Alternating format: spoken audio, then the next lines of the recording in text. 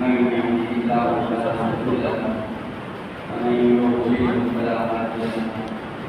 ونشهد ان لا اله الا الله وحده لا شريك له ونشهد ان محمدا عبده ورسوله اما بعد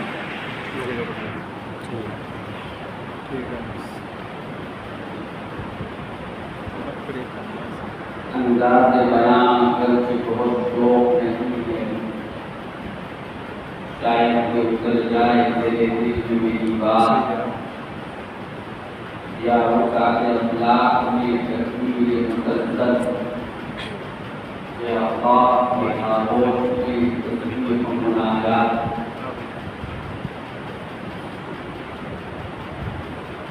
الہی دے مجھے طرز تکلم میری آواز کو تو روشنی دے، الہی دے مجھے طرز تکلم میری آواز کو تو روشنی دے، مجھے افکار جانب کر خواہ میری دین کو تو روشنی دے۔ حضرت ساتھیوں، دینی ہم بھائی ہو،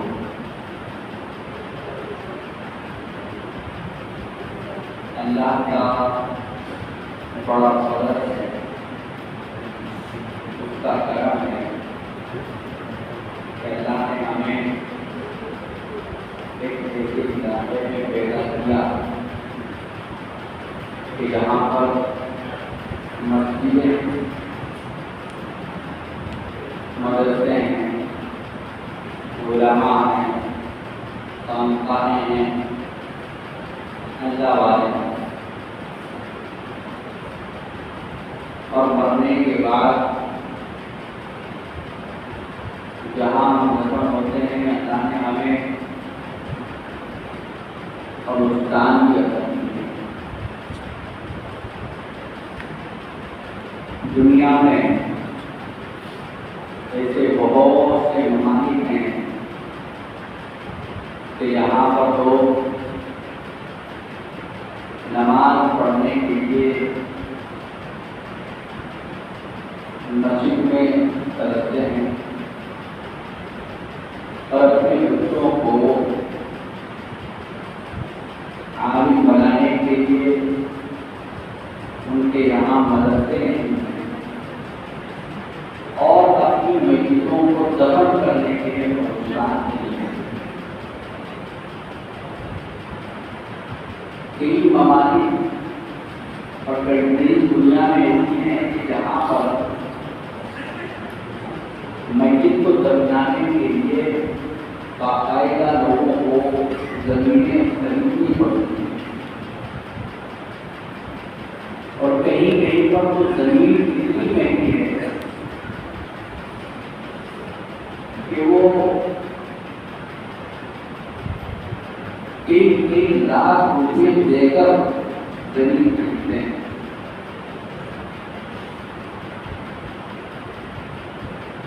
اللہ نے ہمیں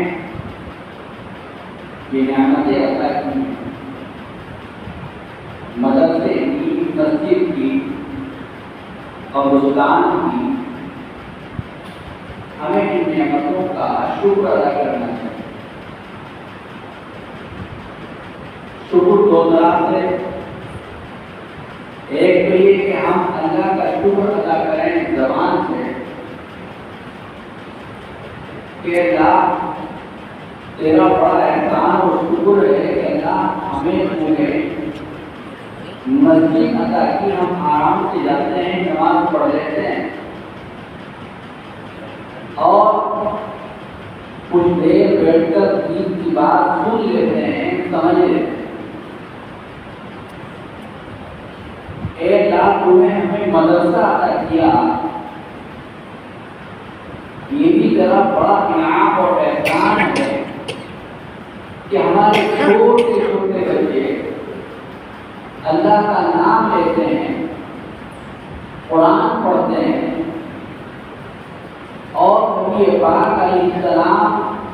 کا نام لیتے ہیں اور جانتے ہیں کہ دین کیا ہے، اسلام کیا ہے۔ اور استاد کے بارے میں ہم کہیں اللہ تیرا یہاں کو احسان ہے مسلمان پیدا کیا اور پھر مرنے کے بعد ہم اپنی میتوں کو دفناتے ہیں تو اس کے لیے قبرستان ادا کیا. مسلمان بنا کر پیدا کیا، مسلمان بنانا یہ بہت بڑی بات ہے، اور قبرستان ادا کیا یہ بہت بڑی بات ہے. دوسرا ہم اللہ کا شکر ادا کریں زبان سے نہیں عمل سے. عمل سے ہم کہیں اور کر کر دکھائیں کہ یقینی طور پر ہم اللہ کے دیے ہوئے انعامات کا شکر ادا کر رہے ہیں. اللہ نے ہمیں مسجد عطا کی تو ہم اللہ کا شکر ادا کریں، جہاں آئیں 5 وقت پابندی کے ساتھ نماز پڑھیں، مسجد کی ایک چیز کا خیال رکھیں، ادب سے آئیں، احترام سے بیٹھیں، مسجد کی صفوں کو صاف کرنے کی کوشش کریں، ان کو درست کرنے کی کوشش کریں، مسجد کے غسل خانے، پیشاب خانے، بیت الخلا، ان تمام چیزوں کو صاف ستھرا رکھنے کی کوشش کریں، وضو خانے کو صاف ستھرا رکھنے کی کوشش کریں، اور مسجد کی ایک ایک چیز کو صاف کرنے کا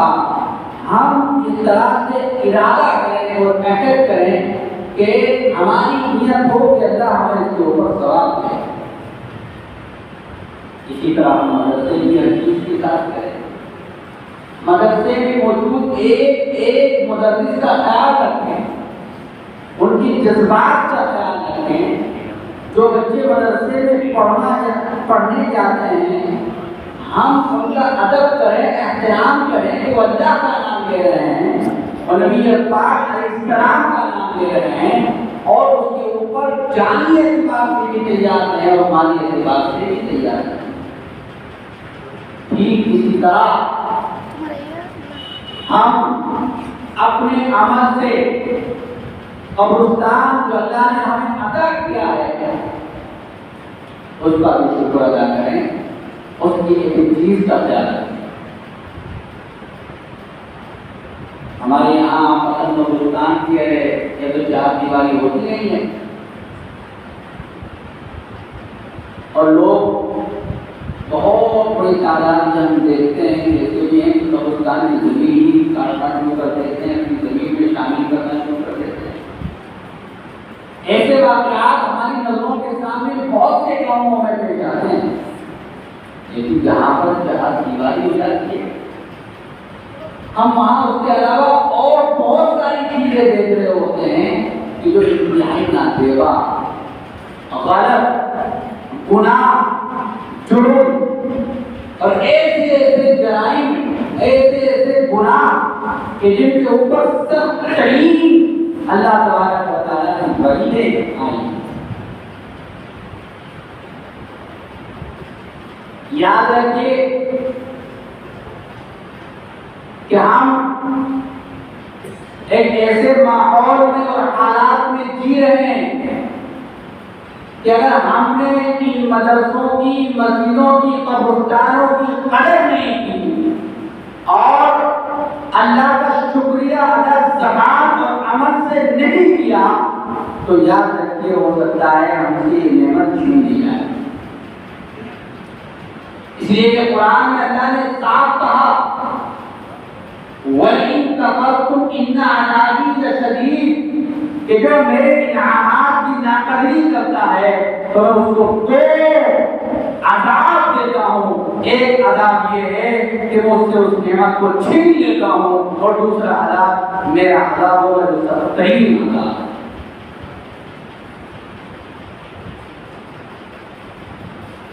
اللہ نہ کرے اگر ہم اسی طرح سے ان چیزوں کی ناقدری کرتے رہے اور ہم سے یہ نعمتیں چھین لی گئی تو پھر ہمارے بچے جو ایمان کی حالت میں ہوں گے، اسلام کی حالت میں ہوں گے، ان کو قبرستان نصیب نہیں ہوگا، مسجد نصیب نہیں ہوگی، مدرسہ نصیب نہیں ہوگی. ہمارے بڑوں نے، اکابرین نے ان تمام چیزوں کو باقی رکھنے کے لیے نہ جانے کتنی قربانیاں پیش کی ہیں. ہم ان قربانیوں کو پڑھتے ہیں، ہم ان قربانیوں کو سنتے ہیں. آپ اگر اس تاریخ کو اٹھا کر دیکھیں تو آپ کو اندازہ ہوگا کہ کتنا زبردست ان کا اس کے لیے جدوجہد اور کوشش نہیں ہوئی.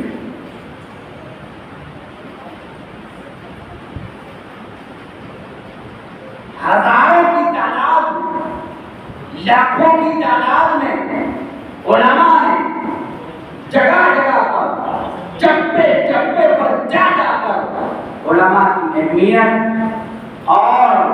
ان کی وقار اور عظمت، مذاہب کی اہمیت، مدارس کی اہمیت بیان کی ہے. اور باقاعدہ طور پر ہمارے اکابرین نے تھوڑے تھوڑے روپے پیسے اکٹھے کر کر کے قبرستان جو ہمارے پاس ہیں ان کو خریدا ہے. اپنے پاس کھانے کو روٹی نہ ہو، پہننے کو کپڑے نہ ہو، لیکن قبرستان آپ کو دے کر گئے ہیں، مسجد آپ کو دے کر گئے ہیں اور مدرسہ آپ کو دے کر گئے. اگر ہم مسجد میں آئے یا تو آنے کی کوشش ہی نہ کریں، اگر آئیں تو کسی اور مقصد سے آئیں، سیاست کے لیے آئیں یا پھر امام کو یا مؤذن کو پریشان کرنے کے لیے آئیں. مدرسے میں یا تو بچوں کو بھیجیں ہی نہیں، لیکن اگر بھیجیں تو مدرسے کے مدرسین کا، مدرسے کی ایک چیز کا خیال نہ رکھیں اور قبرستان کا یہی حال ہو کہ ہم قبرستان میں یا تو جائے ہی نہیں، لیکن اگر جائیں تو نشے کی چیزیں لے کر جائیں، نشے بیٹھ کر کرتے رہیں. اللہ نہ کرے اگر ہم اسی طرح ناقدری کرتے رہے تو پھر آپ بتائیے کہ ہمارا حق کیا ہوگا. ہمارے پاس کتنی باتیں ہے. مجھے بھی بتایا گیا ہے کہ قبرستان میں آپ کے یہاں دیوالی والوں کم آتے جاتے ہوں گے اور بھانگ نشہ کر رہے ہیں، بھانگ بدل رہے ہیں، اسمیک پی رہے ہیں، بہت سارے کام اس طرح کے کر رہے ہیں. یہ کتنی خطرناک چیز ہے. ایک تو یہ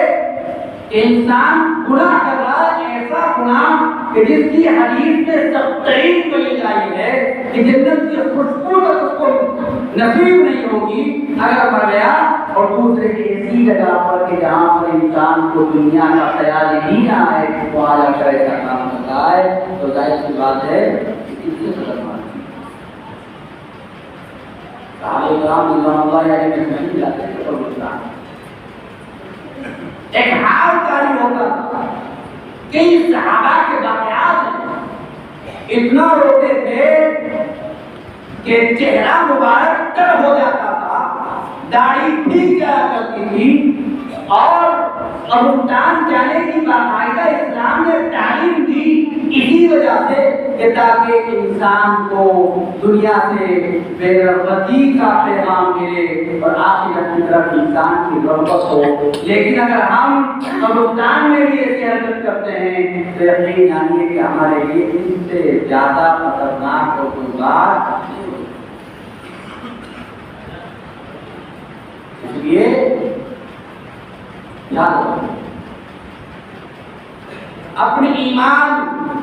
اور اسلام کی حفاظت کرنے کے ساتھ ساتھ ہمیں ان مساجد کی حفاظت کرنا ہے. ان کو آباد کر کے ان میں نماز پڑھ کر بار بار حاضری دے کر ہمیں ایمان اور اسلام کی حفاظت کے ساتھ ساتھ ان مدرسوں کی حفاظت کرنا ہے. ان میں اپنے بچوں کو بھیج کر اور اپنے روپیوں پیسے میں سے کچھ رقم نکال کر اس میں دے کر ہمیں ایمان اور اسلام کے ساتھ ساتھ قبرستان کی حفاظت کرنا ہے. اور اس میں باقاعدہ طور پر اس کی چار دیواری کرا کر اور اس کی ہر چیز کا خیال رکھ کر اور ہفتے میں ایک آدھ دن اپنے میتوں کے قبروں پر جا جا کر ان کے لیے دعا مانگ کر ان کے لیے قرآن پاک پڑھ کر، ویسے بھی حدیث میں آتا ہے کہ نبی پاک علیہ السلام نے فرمایا جو انسان اپنے والدین کی قبر پر جاتا ہے، ہفتے میں ایک دن جمعے کے دن جاتا ہے، تو اللہ تعالیٰ اس کی مغفرت فرمائے۔